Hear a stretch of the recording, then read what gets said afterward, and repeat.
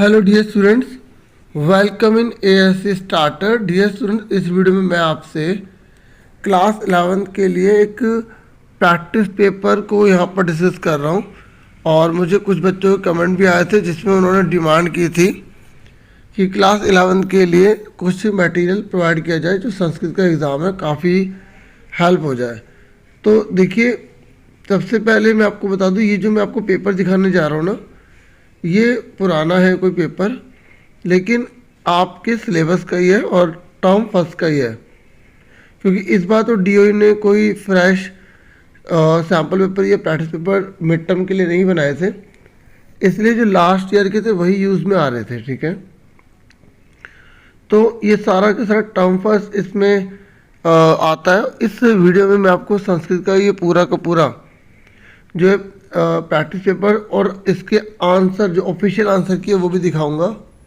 उससे पहले मैं आपको सिलेबस दिखा दूं। ठीक है, तो आप सबसे पहले सिलेबस देख लो ताकि आपको पता लग सके कि आपको पढ़ना क्या है। देखिए, यहाँ पर क्लास 11 के सिलेबस में बताया गया है कि आपकी एक तो अपठित अवबोधनम आएगी, एक आंशिक पैसेज आएगी। जैसे आपने 10th क्लास में पढ़ी थी ना कि एक पैसेज आती थी, एक पदेन में आपको आंसर देना पड़ता था जिसमें आपको एक वर्ड लिखना पड़ता था, फिर दूसरा आपको पूर्ण वाक्य में लिखना पड़ता था, फिर आपको निर्देशानुसार आंसर देने पड़ते थे, फिर आपको जो है आपको पूरा का पूरा ये आपका अपठित अवबोधन हो जाता था। ठीक है, तो अपठित अवबोधन मतलब अनसिन पैसेज आएगी। ठीक है, जैसे मैं आपको दिखाता हूँ कैसे। जैसे अब ये पैसेज देख रहे हैं ना, बिल्कुल सेम ऐसी पैसेज आएगी। ठीक है, तो आपको नीचे लिखा है एक पदेन में आपको उत्तर देने हैं, तो आप इसको पढ़ के एक पदेन में उत्तर देंगे। मेरी बात सुन रहे हैं आप? जैसे आपको कैसे करना है एक पदेन, यहाँ लिखा है निर्भय वीर च का असीत, तो आप ढूंढो ये लाइन कहाँ लिखी है। और ये सारे के सारे जो अक्षर है ना, आप जो देख रहे हैं ये वाले अक्षर जो है ना, आप सारे काट देना, जो बचेगा वो आंसर आ जाएगा। आप ये देखो ये लाइन में तो पूरा हमने निर्भया वीर आसीत ये सब काट दिया। बचा क्या है यहाँ पर? बचा है यहाँ पर भरत, तो भरता आंसर आ जाएगा। ठीक है, एक पदेन में आपको एक वर्ड में आंसर देना होता है। अगला वाला देखो, भरता कैसे कृत्य स्म, ये मिलती लाइन ढूंढो। ये देखो ये लिखी है ना, तो आप देखो ये क्या की जगह क्या आएगा, सिंह शाह क्या है। देखो ए की मात्रा है, तो ए की मात्रा आपको देखनी है। आप समझे मैं आपको क्या बता रहा हूँ? तो यहाँ पर लिखे 2 करने हैं, तो आपको 2 ही करने हैं। पूर्ण वाक्य में बोलेगा तो पूरी लाइन लिखनी है। अगर आपको पूर्ण वाक्य में बोल रहे हैं ना पूरी, ये देखो ऑफिशियल आंसर किया ना, ये देखो ये आंसर सारे लिखे हैं। तो पैसेज पढ़ के आपको आंसर देने हैं। मैं आपको ना गाइडेंस प्रोवाइड कर रहा हूँ ताकि आपकी हेल्प हो जाए। पूर्ण वाक्य में होता है पूरी लाइन लिखनी है आपको। ठीक है, सुन रहे ना, पूरी लाइन। तो आपको ये वर्ड देखने हैं, जो इससे जो मिलते जुलते वर्ड है ना, वो आपको पूरा का पूरा लिख देना है। ठीक है, जैसे मैं आपको ये दिखाता हूँ। ये देखो, भरत सिंह शावकम किम अवदत, तो आप ढूंढो कि भरत सिंह शावकम कहाँ लिखा है। ठीक है, वैसे बोल रहे हैं कि भरत जो है ना, वो सिंह शावक मतलब शेर के बच्चे को क्या बोलता है। ठीक है, तो आप देखो ये लिखा अवदत लिखा है, ये पूरी लाइन लिख दो आप, तो इस पूरे का आंसर आ जाएगा। मतलब कहने का ये है डियर, अगर पूर्ण वाक्य में बोले तो पूरी लाइन। अगले वाले देख लो, अगले वाले में सिंह शावक भरताय किमर्थम न क्रुध्यत न च आक्राम्यत। आप ये पूरी लाइन ढूंढो कहाँ लिखी है। आप ध्यान से देखो, अगर आप पूरी लाइन ढूंढोगे तो आपको मिल जाएगी। बस किमर्थम है वो हमें आंसर पता लग जाएगा और हम लिख देंगे। ये देखो पूरा ये रहा, मिल गया। पूरी लाइन उतार देंगे हम। सुन रहे मेरी बात? देखो ये लिखे ना आक्राम्यत, तो यहाँ से लेकर पूरा उतार देंगे। तो पूर्ण वाक्य मतलब होता है पूरी लाइन लिखना। और यहाँ लिखा है अनुच्छेद का, बाकी आप अपने कर लेंगे, आंसर मैं आपको दिखाई दूंगा। ठीक है ना, तो आपको क्या करना है कि ना अच्छे से करना है। अब इससे पहले यहाँ पे एक चीज़ बता दूं मैं आपको, यहाँ पर ना ये बता रहा है कि कहानी का नाम क्या दोगे। तो कहानी का नाम क्या दोगे आप आराम से बता सकते हैं। कैसे बता सकते हैं, आप पूरी की पूरी कहानी देखो किसके ऊपर है। सुन रहे मेरी बात आप? देखो यहाँ पर जैसे मैंने अभी आपको पूर्ण वाक्य के आंसर ये सारे दिखा दिए ना, ये सारे आंसर है पूर्ण वाक्य के। अब आगे का दिखाता हूँ कि कहानी का नाम। देखो यहाँ लिखा है कि इस कहानी का नाम आप क्या दोगे, तो आप पैसेज को पढ़ के जो आपको सही लगता है उस कहानी का नाम आप आराम से दे सकते हैं। ठीक है, तो बाकी आंसर भी आपको दिखा देता हूँ कि क्या क्या कहानी के नाम यहाँ लिखे हुए हैं।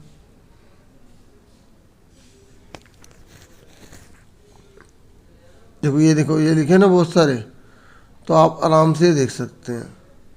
ठीक है, ये देखो कितने सारे हैं। तो जुड़ने के आप जो ये लिखे वही लिखे, आप पूरी कहानी देखो किसके ऊपर है, आराम से लिख दो आप। उसके बाद यह बोला गया कि निर्देशानुसार उत्तर दो, मतलब जो बोला गया उसके अनुसार। देखो अगर यह क्रियापद लिखा है तो क्रिया कौन सी है, इसमें से कौन सी क्रिया कौन सा काम है, तो आसीत है यहाँ पर। अब देखो यहाँ बोला गया कि सदृश इति विशेषण पदस्य विशेष्य पदम किम, तो ये कह रहा है कि जो विशेषण है ना, ये विशेषण इसका विशेष्य पद कौन सा है। तो अगर हमसे विशेष्य पद पूछेगा तो जो शब्द हमें दिया होगा उससे पहले वाला जो है ना वो विशेष्य पद कहलाएगा। ये लिखा ना सदृश, तो इससे पहले कौन सा, शिशु। तो अगर आपसे विशेष्य पद पूछ रहा है तो वो दो अक्षर है, उसमें से पहले वाला होगा विशेष्य पद, बाद वाला होगा विशेषण। ठीक है, तो हमारा आंसर शिशु आ गया। अब यहाँ पर जैसे निपा का पर्यायवाची शब्द बोला गया है, तो पर्यायवाची शब्द वो होता है जैसे नदी है उसको सरिता कहते हैं, ऐसे राजा को हम क्या बोलते हैं, निपा कहते हैं, तो राजा ना इसका आंसर हो जाएगा। अब यहाँ बोला कर्तृपद कौन सा है, तो कर्तृपद हमेशा ना शुरू में होता है। अब यहाँ पर एक वर्ड लिखा, अगर पूरी लाइन लिखी होती तो हम उसके शुरू वाले को हम कर्तृपद बोल देते, लेकिन अगर मैं एक शब्द लिखा तो उस शब्द को हमें पैसेज में ढूंढना पड़ेगा। और पैसेज में जैसे हमें मिल गया ये गणेश्यामी, तो इसके शुरू में पता लगाना पड़ेगा कि किसके लिए यूज़ किया गया है। तो हम ध्यान से देखेंगे, यहाँ लिखा है ते, तो ते के लिए यूज़ किया गया। तो अब हमें देखना पड़ेगा कि एमसीक्यू में हमें क्या ते लिख के दिया उसने और लिख के दिया हुआ ते, तो इस तरीके से इसका आंसर आ गया। ठीक है, क्लियर हो गया आपको? तो मैंने आपको ये बता दिया अपठित अवबोधनम क्या होता है। फिर उसके बाद में ये रचनात्मक कार्य हम आपको करना पड़ेगा, जैसे आपको औपचारिक अनौपचारिक पत्र करना होगा। ठीक है, और आपको मंजूषा दी गई होगी, तो मंजूषा की सहायता लेकर आप उसको कर लेना। आप ऐसा करना, मैंने पत्र की वीडियो बना रखी है, आप पत्र लिखकर AS से स्टार्टर लिखेंगे ना तो आपको आराम से वीडियो मिल जाएगी। आप संस्कृत पत्र लिख देना, इंग्लिश में संस्कृत लिख देना, तो आराम से आपको वीडियो मिल जाएगी। वो क्लास 10th की होगी या 9th की होगी, आप कर लेना क्योंकि वो आपके काम ही आएगी। बाकी मैं उसको अपलोड कर दूंगा 11th के नाम से भी, लघु कथा लेखनम। फिर आपको ना एक लघु कथा छोटी सी कहानी बना कर लिखनी होगी, आपको मंजूषा दे रखी होगी, उसकी हेल्प लेनी होगी। वार्तालाप आपको पूरा कंप्लीट करना होगा। फिर आपकी ग्रामर में देखो संधि आ रही है, कौन कौन सी आ रही है संधि आप भी आराम से देख सकते हैं। बाकी सैम्पल पेपर तो मैं अभी आपको दिखा रहा हूँ, आप देख सकते हैं। ठीक है, और आपको शब्द रूप देख लो किस किस के पता होने चाहिए, धातु रूप कौन से पता होने चाहिए, और ये सारी की सारी आपकी व्याकरण है। मैं आपको दिखाता हूँ, फिर आप सैम्पल पेपर देख लो। ठीक है,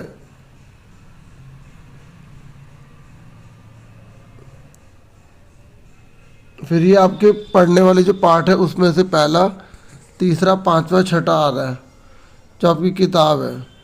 ठीक है, और इसमें आपको क्या क्या करने हैं, अन्वय करने हैं, भावार्थ करने हैं, सार्थक संयोजन शब्द और प्रसंग के अनुसार जो शब्द होते हैं वो करने। और संस्कृत की जो साहित्य की जो दूसरी किताब है आपकी, उसका उद्भव कैसे हुआ, वैदिक साहित्य, रामायण महाभारत पुराण के बारे में, तो ये सारा मिड टर्म का है। तो देखो बाकी मिड टर्म के बाद का सिलेबस है। ठीक है, ग्रामर सारी वही रहेगी, थोड़ा बहुत जो चेंज है वो बता रखा है। अभी फ़िलहाल ये वीडियो मैं मिड टर्म तक ही रखना चाहता हूँ, तो मैं मिड टर्म के बारे में बता रहा हूँ। बाकी दिखा मैंने फाइनल का भी सिलेबस दिया आपको। ठीक है, अब हम सैम्पल पेपर देख लो आप। ये जो सैम्पल पेपर है ना पुराने पैटर्न का है, तो आपको जो नया पैटर्न का मिलेगा मैंने बता देना कि अपठित गद्यांश आएगा, और फिर उसके बाद एक लघु कथा आएगी, ठीक है, और नाट्य शास्त्र का दो जनों के बीच बातचीत होगी, आपको नीचे हिंट दी होगी, उसको भरना होगा। बाकी आप ग्रामर यहाँ से प्रैक्टिस कर सकते हैं। ये पहले मैं क्वेश्चन दिखा रहा हूँ, ठीक है, फिर मैं आपको इसके आंसर दिखा देता हूँ, ताकि आप पहले उतार के ना प्रैक्टिस कर ले, देखें कि आपको कितने सही निकलते हैं, फिर आप प्रैक्टिस कर ले। जैसे मैं आपको पहला दूसरा दिखा देता हूँ, फिर इन दोनों के आंसर दिखा देता हूँ, ठीक है। आप इसका स्क्रीनशॉट भी ले सकते हैं। ये सारे आंसर हैं, ठीक है।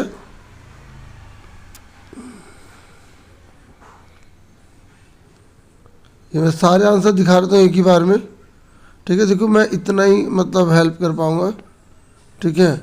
अभी क्वेश्चन पेपर पूरा देख लो आप, और फिर ये आंसर मैं आपको सारे दिखा देता हूँ एक बार में।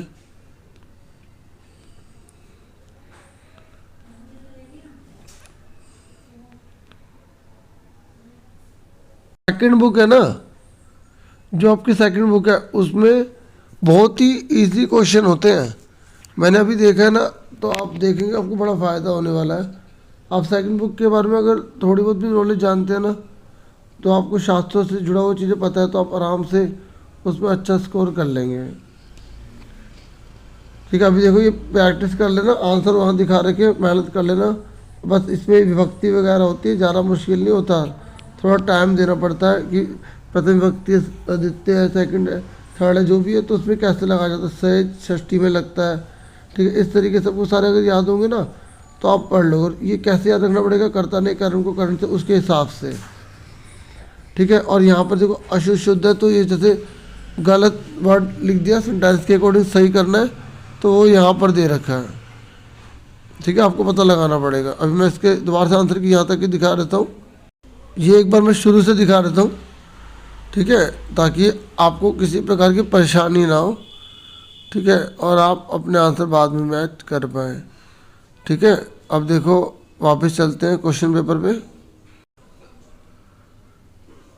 ये क्वेश्चन पेपर पे ना खंड खा, जो आपकी पाठ्य पुस्तक में से है, तो अगर आपने चैप्टर पढ़े हैं तो आप आराम से इसके आंसर बता पाएंगे।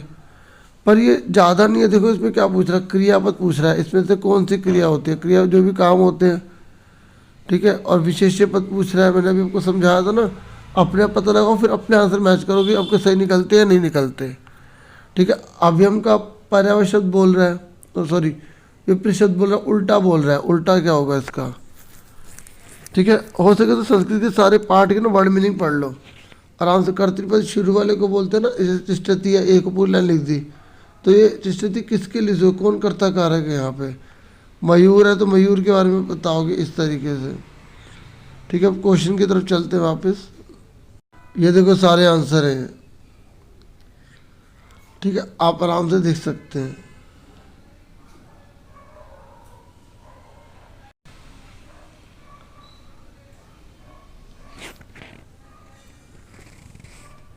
शुद्ध करो भी है, मैं आपको ऑलरेडी पहले दिखा चुका हूँ, ठीक है। अब देखो ये संस्कृत साहित्य इतिहास से जुड़ा हुआ है, बहुत ही आसान है ये, इसको मत छोड़ना, आप बहुत अच्छा स्कोर कर सकते हैं इसमें, ठीक है। जैसे सुर भारती थी कस्य भाषा नाम, तो सुर भारती जो है इसमें किस भाषा का नाम है, ऐसे ऐसे क्वेश्चन है ये देखो, आप आराम से पढ़ के देखो इनको। कितने वेद होते हैं, 4 वेद होते हैं, ऐसे ऐसे क्वेश्चन है, ठीक है।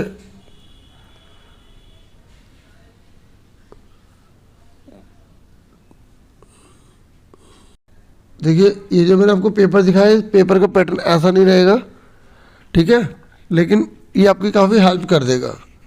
बाकी मेरे पास और भी अगर कोई अवेलेबल होगा मटेरियल, तो वो भी मैं आपको प्रोवाइड कर दूंगा, ठीक है। आप चैनल को सब्सक्राइब कर लेना, वीडियो को लाइक कर देना और शेयर कर देना अगर कर पाओ तो।